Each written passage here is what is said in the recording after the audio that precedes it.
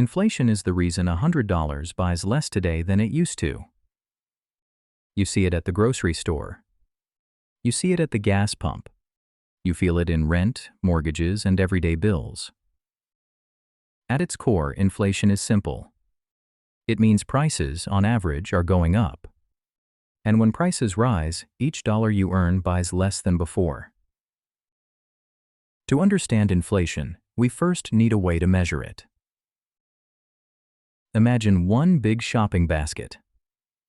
This basket represents what an average American household buys: food, gas, rent, healthcare. The government tracks the price of that same basket over time. If the total cost of the basket rises, inflation is happening. Your purchasing power falls because your money covers less of the basket. Now let's look at what pushes prices higher. The first force is demand. This happens when many people have extra money and want to spend it. If there are more buyers than available goods, prices rise.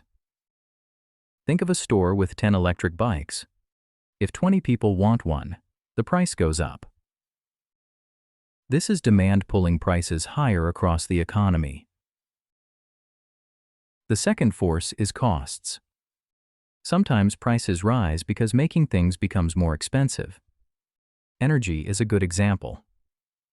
If oil prices jump, transportation gets more expensive. Food, clothing, and supplies all cost more to deliver. Businesses usually pass these higher costs to customers. This pushes prices up even if demand stays the same. The third force is expectations. What people think will happen tomorrow changes what they do today. If you expect prices to rise, you may buy sooner. When many people do this, demand increases right now. That added demand helps cause the price increases people feared.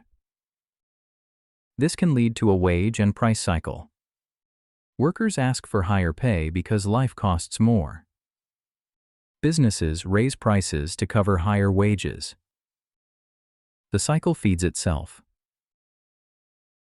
When inflation starts moving too fast, the Federal Reserve steps in. The Fed controls interest rates. Higher rates make borrowing more expensive. Car loans cost more. Business loans slow down. As borrowing and spending cool off, pressure on prices eases. Inflation begins to slow. Inflation also affects people differently. If you are saving cash, inflation works against you. Your money loses value over time. If you have fixed debt, inflation can help you. You repay loans with dollars that are worth less than before. This is why inflation creates both winners and losers. The goal is not to eliminate inflation completely.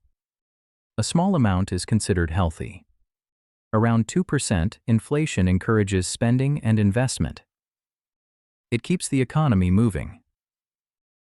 It also helps avoid deflation, where falling prices cause people to stop spending.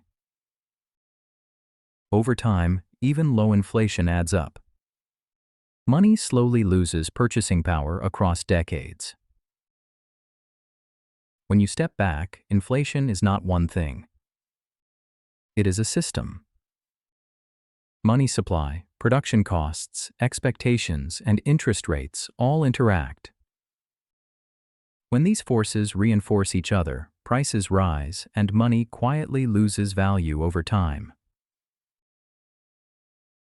This is Simplexplain, complex ideas simply explained.